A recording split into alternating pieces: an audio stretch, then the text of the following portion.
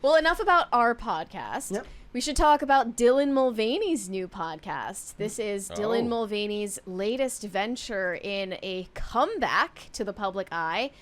Recently signed on the same podcast network called Lemonada as Meghan Markle, who just started her own podcast called Confessions of a Female Founder. 1 week into starting her lifestyle brand, she's going to be telling the world about the epic highs and lows of being a businesswoman. Do you want to explain to them what, how long ago she went from the original podcast to Lemonada? Because she originally was on Spotify. Yeah, she had a Spotify deal. It fell through. She made 12 episodes of this podcast for Spotify. It was called Archetypes. And the point of it was bringing on guests to talk about all of the archetypes that women are placed in that diminish us. Was Dylan Mulvaney ever on that people. podcast? No. Would have made sense. No. But Dylan Mulvaney should have been one of those guests. Actually, Meghan Markle didn't interview any of them. What they did is they just had her record herself asking the question, and then they record the guest answering the question, and then splice it together as if they're talking to each other. Because she wasn't able to be in a room with any of these people. That's what a skilled interviewer. Thank you. Thank you. In the chat, Charlie Stevenson says, still cringe? Yeah. Kinda, yeah. So, Meghan Markle's Spotify deal is no more. She's now on this new podcast network called Lemonada, and they just signed Dylan Mulvaney as well for a new podcast called The Dylan Hour. Oh, boy. And in promotion for The Dylan Hour, this is Dylan Mulvaney's new music video. Yes. This is, let's see if this sells it to you. Do you want to listen? I'm already I turned around and I'm got already immediately terrified. jump scared. I'm already terrified. So here is this. I'm sorry, the I'm theme off song. camera. Okay. The theme song. Shower on a walk through the Dylan Hour, feeling sweet, feeling sour. I feel nothing. The Dylan Hour. My couch is open. It's better than therapy. All you soccer moms, all you theys and thems, all you bottom boys, my bisexual femmes. Come one and all, disassociate with me. It's free. Grab a drink, or two, or three. You have no friends. All good, you got me. It's the Dylan Hour. Love ya. What? The joke is like, I'm a dissociative functional alcoholic. I feel no pain. Come spend an hour with me. I wish I could dissociate. It should just be an hour of reading the DSM-5 every episode. Well, the description that Lemonada provided is even better. Join Dylan Mulvaney on The Dylan Hour, a weekly podcast where she sips and spills with some of her favorite girls, gays, and theys, including your favorite pop stars, Broadway belters, actors, authors, and more. Dylan sits down with guests like Joe Locke, Glennon Doyle, and even her own dad. Dylan Mulvaney's father is involved in this. That episode might actually be. I am going to be watching that one. We were talking earlier with Tim about appointment television. That might be the closest thing to appointment television you get these days. I cannot wait to listen to Dylan Mulvaney's conversation with his father. What a full circle moment. Sure it's going to be completely reasonable. The Dylan Hour is the destination for chit-chat, laughs, and good old-fashioned oversharing, trauma dumping. So grab a drink, mocktails welcome, and pull up a seat. The party is just getting started. Oh, boy. I can't wait. And the Hollywood Reporter released a press statement about this. You know what face the dad is going to make when they're on there? It's going to be this face right here. The Alec Baldwin fourth wall. Yeah. Yes, my just completely buck broken. I want a family therapy session on the Dylan Hour. I want to see the Dylan Hour going into all of the trauma that made Dylan who he is today. Dylan Mulvaney cross Dr. Phil. Used to be like a thing in the past where like you'd bring friends over and your parents would tell stories that would embarrass you and you'd be like, Mom, shut up, Dad, shut up. Now they're like, please, Dad, tell everybody this humiliating story about me growing up. So we have a statement from the Lemonada executives who greenlit this project saying, "We've been fans of Dylan for a long time here at Lemonada and are truly honored to be releasing her delightful new podcast. Her joyful spirit is exactly what we need in the world right now and truly makes life suck less. They're just so pessimistic about everything. Yeah. So they're saying like the world sucks because Trump is president. The world needs to and- disassociate and drink. Yeah, Yeah, what you yeah. need right now in Trump's America 2025 is to dissociate for an hour and listen to Dylan Mulvaney trauma dump. Yeah. So that's a tough sell. Remember when they were like Maury was like, we're gonna sit this one out about who was Maury talking about recently? Do you remember that, Mary? Where Maury Povich was like, I'm gonna sit this one out. We need to bring. We was need it the paternity test Yes. for Bonnie Blue's child Yes. We need to after the 1,000 Men? bring Maury back. Yeah, whatever happened to that? Retired, right? Yeah, he's getting up there. There's no replacement for it. Yeah. I mean, you're not allowed to do that anymore because that was like they treated people like circus freaks in those shows, And they you're not- always happen to like be now when you make those shows, it has to be in celebration of people who are obscure and outside of the social norms. Like you're not allowed to make it in a way that's derogatory, like it was back then. Mm-hmm. Well, I mean, they don't really need Maury or even Dr. Phil, really, at this point. Yeah. When everyone is willingly humiliating themselves on social media, you don't need a TV show to convince them to do it. I don't know. That's Dylan Mulvaney in a nutshell, really, is like came to fame by just doing the most debasing, embarrassing stunts possible in hopes of getting any attention, whether it's positive or negative. It doesn't matter.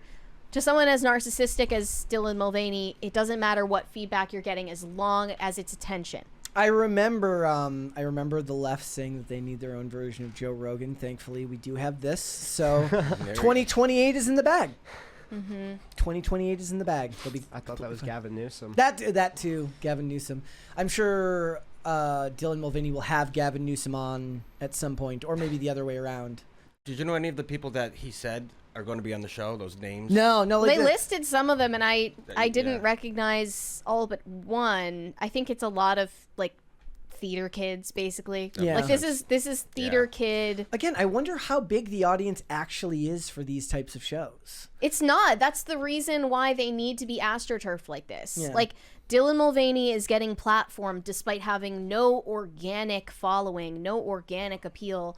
Nobody had thought about Dylan Mulvaney for months after the Bud Light controversy. And then suddenly this comeback and this rebrand happens, and we're expected to still pay attention to anything this person does. There was never anything to it other than outrage.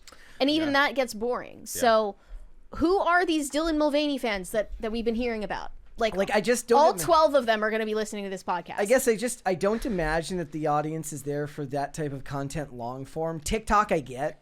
Like they love that type of short form content. Yeah. That makes sense to me. Long form content is a completely different animal. Like it's its own thing where when you do the short form content, the whole point is kind of like video memetics. You're supposed to convey some ridiculous concept in an interesting way in like 60 seconds to a minute and a half.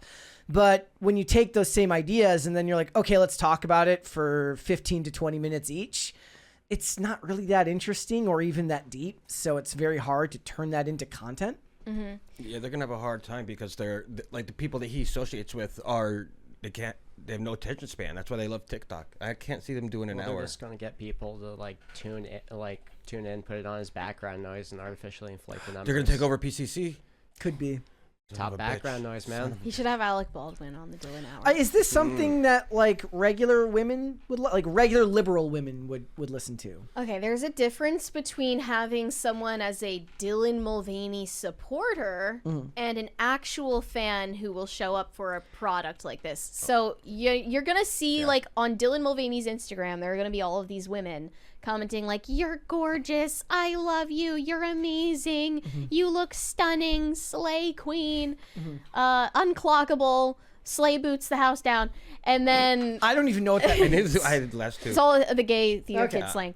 And then, those same women, despite waxing poetic about how beautiful and amazing and magnetic Dylan Mulvaney is, they would not show up for a cocktail hour with Dylan Mulvaney. Those people don't exist. There are actually more real fans of Meghan Markle in the world than there are for Dylan Mulvaney. Like, Meghan Markle, as irrelevant and obnoxious as she is, still has more of an organic following and interest in what she does than Dylan Mulvaney, by far. And I guess hers could even, like, she has a way out of hers if she found the right niche, but For she her, just can't. Her show on Netflix is getting a lot of viewership based on hate watching. That's proven. Like, it's in the top 10 or top 20 shows on Netflix right now. And all it is her pretending to cook. And it's because of hate watching. There is a dedicated Meghan Markle derangement syndrome audience. Yes. There is no hate watching audience for Dylan Mulvaney, because all that we feel when we watch this is like slight pity and disgust. It makes it makes it as far as X. It doesn't make us angry. We're just like, ugh. It's like, you know who wins? It's like a circus freak. You're like kind of walking past this, like, the freak tent, and you're like, ugh. Dylan and then you Mulvaney. move on. Look, kids, look at the freak. Yeah, Dylan exactly. Mulvaney releases podcasts, and the biggest winners will be End Wokeness and Ian Miles Chong. Yeah. Pulling clips. And Ollie London. And Ollie London. All the usual suspects. Pulling Cat Turd, clips. And maybe. it's, He well, blocked me. Oh, really? Wow. Yeah, I don't know. Must have be been your careful. fault. I just, and again, like, I feel the same way whenever we have to cover topics that involve any type of pop singer, and you have to go to Pop Base and put on your hazmat suit to read all of the Stan comments, which are amongst the worst things on the internet. It's just so far outside my understanding of the world that I can't believe anybody could be that obsessed with one single person. I have a question. Do either of you hate watch? No, Anything? I don't. I used to, but I haven't since What? high school. Like, what did you hate watch?